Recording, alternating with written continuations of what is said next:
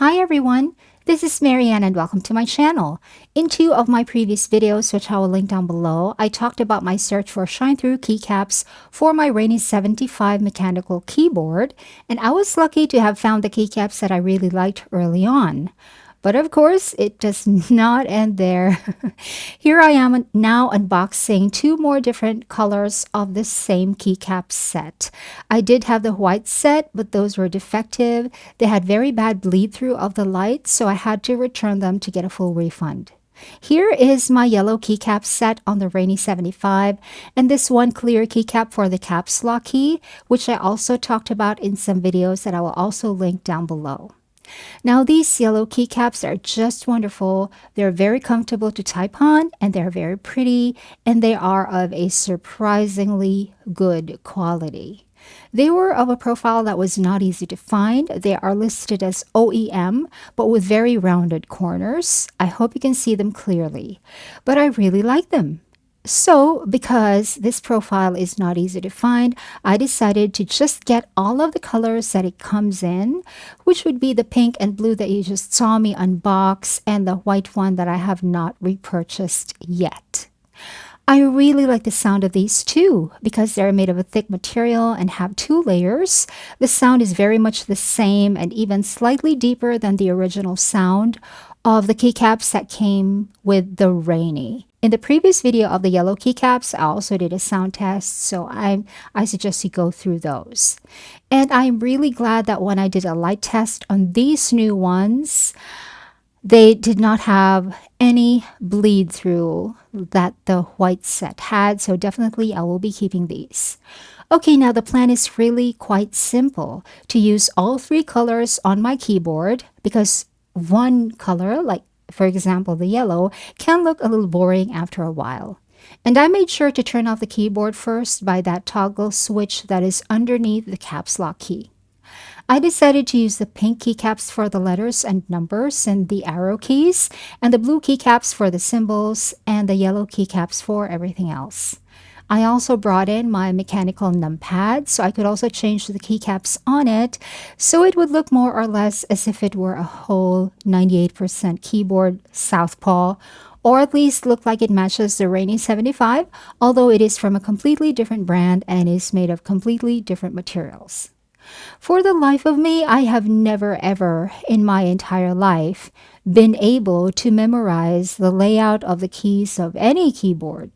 So I've had to replace each key one by one and not like what other YouTubers do, which is to remove all of the old keycaps first and then place the new keycaps in the proper order. Those videos look super nice, but then here I am, a professional writer who has written 4 books and countless reports and papers and articles, and I wouldn't know what key to press on a keyboard if they were not labeled. So for my viewers who really enjoy watching process videos, I'm going to play the process a little bit sped up, but with some nice music.